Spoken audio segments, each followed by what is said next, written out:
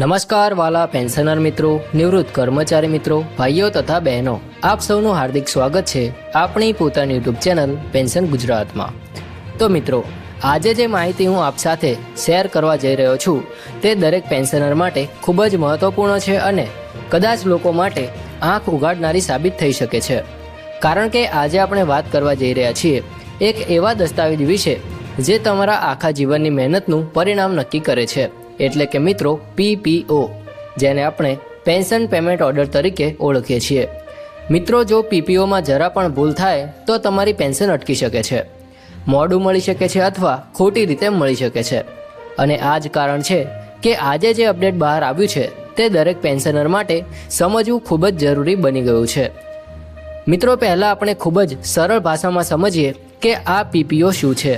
મિત્રો, PPO એટલે કે પેન્શન પેમેન્ટ ઓર્ડર એક એવો અધિકૃત દસ્તાવેજ છે જેમાં નિવૃત્ત થયેલા કર્મચારીની આખી સર્વિસની માહિતી, સેવાનો સમયગાળો, છેલ્લો પગાર, પેન્શનની ગણતરી અને કેટલું પેન્શન દર મહિને મળવાનું છે તે તમામ વિગતો સામેલ હોય છે।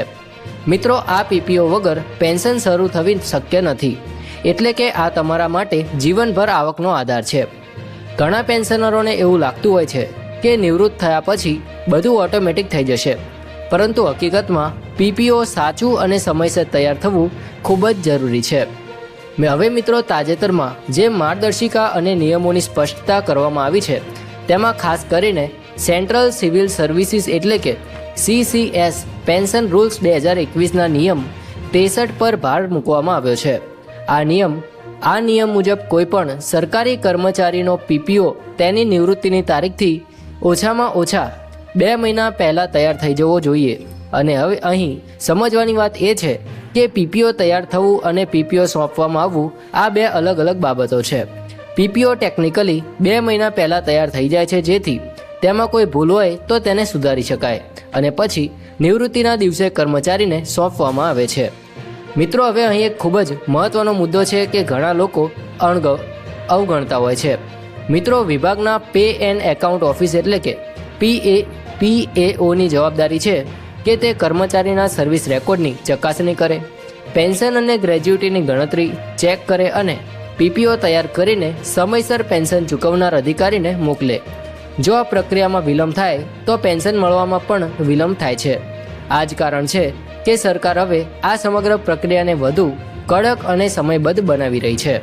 મિત્રો, જો કોઈ કર્મચારી સામાન્ય નિવૃત્તિ સિવાયના કારણોસર નિવૃત્ત થાય છે, જેમ કે વોલન્ટરી રિટાયરમેન્ટ અથવા મેડિકલ ગ્રાઉન્ડ પર, તો તેવા કિસ્સામાં હેડ ઓફ ડિપાર્ટમેન્ટ એટલે કે HOD પાસે જ્યારે પેન્શન પેપર્સ પહોંચે છે ત્યારથી 45 દિવસની અંદર PPO જારી કરવો ફરજિયાત છે। આ નિયમ ખાસ કરીને તેવા લોકો માટે છે જે મહત્વનો છે જેમને અચાનક નિવૃત્તિ લેવી પડે છે।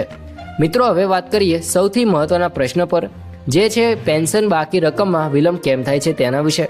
તો મિત્રો, સરકાર દ્વારા જારી કરવામાં આવેલા પરિપત્ર મુજબ સૌથી મોટું કારણ છે સેવા રેકોર્ડની યોગ્ય અને સમયસર ચકાસણી ન થવી। ઘણા કેસમાં કર્મચારીના સર્વિસ રેકોર્ડમાં ખામીઓ રહેતી હોય છે, જેમ કે સર્વિસ બ્રેક, પ્રમોશન એન્ટ્રી ન હોવી અથવા પગારની વિગતો સ્પષ્ટ ન હોવી। આ કારણોસર PPO તૈયાર થવામાં મોડું થાય છે। આ સમસ્યાનો ઉકેલ લાવવા માટે સરકારે એક ખૂબ જ મહત્વપૂર્ણ પગલું ભર્યું છે। હવે કર્મચારીની લાયકાત સેવા એટલે કે ક્વોલિફાઈંગ સર્વિસની ચકાસણી તેમની સેવા દરમિયાન જ કરવાની રહેશે। ખાસ કરીને 18 વર્ષ સેવા પૂર્ણ થયા પછી અને નિવૃત્તિ પહેલાં 5 વર્ષમાં આ ચકાસણી પૂર્ણ થવી જોઈએ, જેથી અંતિમ સમયે કોઈ સમસ્યા ઊભી ન થાય। મિત્રો, હવે સરકાર ડિજિટલાઇઝેશન પર ખૂબ જ ભાર મૂકી રહી છે। EHRMS સિસ્ટમનો ઉપયોગ કરીને કર્મચારીઓના સર્વિસ રેકોર્ડને ડિજિટલ બનાવવામાં આવી રહ્યા છે, જેથી કોઈપણ માહિતી સરળતાથી ઉપલબ્ધ થઈ શકે અને PPO બનાવવાની પ્રક્રિયા ઝડપી બની શકે। આ પગલું પેન્શનરો માટે ખૂબ જ ફાયદાકારક સાબિત થઈ શકે છે, કારણ કે હવે કાગળની ફાઇલોમાં ભૂલો થવાની શક્યતા ઓછી રહેશે। હવે એક ખૂબ જ મહત્ત્વની વાત કે દરેક વિભાગમાં એક નોડલ અધિકારી નિમાવવો પણ આદેશ આપવામાં આવ્યો છે। આ નોડલ અધિકારીની જવાબદારી રહેશે કે પેન્શન સંબંધિત તમામ પ્રક્રિયા સમયસર પૂર્ણ થાય અને કોઈ પેન્શનરને મુશ્કેલી ન પડે। આથી જવાબદારી નક્કી થશે અને કામમાં પારદર્શિતા આવશે। મિત્રો, હવે હું આપને એક પ્રેક્ટિકલ સલાહ આપું છું જે દરેક પેન્શનરે અનુસરવી ખૂબ જ જરૂરી છે.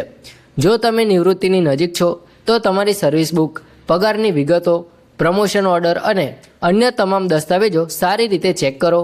જો કોઈ ભૂલ હોય તો તેને તરત સુધારવી જોઈએ. નિવૃત્તિ પહેલાં 2 વર્ષની જ આ પ્રક્રિયા શરૂ કરી દેવી જોઈએ, જેથી અંતિમ સમયમાં કોઈ તકલીફ ન પડે. જો તમે પહેલેથી જ પેન્શનર છો અને તમને લાગે છે કે પીપીઓમાં કોઈ ભૂલ છે, તો તમે તમારા બેંક, પીએઓ અથવા વિભાગ સાથે સંપર્ક કરીને સુધારો કરી શકો છો. પીપીઓ એક સ્થિર દસ્તાવેજ છે. પીપીઓ એક સ્થિર દસ્તાવેજ નથી, તેમાં સુધારા થઈ શકે છે. મિત્રો, આજના સમયમાં માહિતી જ શક્તિ છે. ઘણા પેન્શનરો માત્ર જાણકારીના અભાવે તેમના હકના પૈસા મેળવી શકતા નથી. આથી આપ સૌને વિનંતી છે કે આ પ્રકારની માહિતીને ગંભીરતાથી લો અને અન્ય પેન્શનરો સાથે પણ શેર કરો. અંતમાં મિત્રો, આજની માહિતીનો સાર એટલો જ છે કે પીપીઓ એક માત્ર કાગળ નથી, પરંતુ તમારી આખી સેવા અને મહેનતનું પ્રતિબિંબ છે. તે સમયસર અને યોગ્ય રીતે તૈયાર થવું ખૂબ જ જરૂરી છે. સરકાર હવે આ પ્રક્રિયાને વધુ પારદર્શક અને ઝડપી બનાવવા માટે પગલાં લઈ રહી છે, પરંતુ સાથે સાથે આપણી જવાબદારી પણ એ છે કે આપણે જાગૃત રહેવું જોઈએ. તો મિત્રો, આવી જ મહત્વપૂર્ણ અને સાચી માહિતી માટે આપણી ચેનલ પેન્શન ગુજરાતને અત્યારે જ સબસ્ક્રાઇબ કરી લેજો. વિડીયો ગમ્યો હોય તો લાઇક કરો, અન્ય પેન્શનર મિત્રો સાથે શેર કરો. જય હિન્દ, વંદે માતરમ.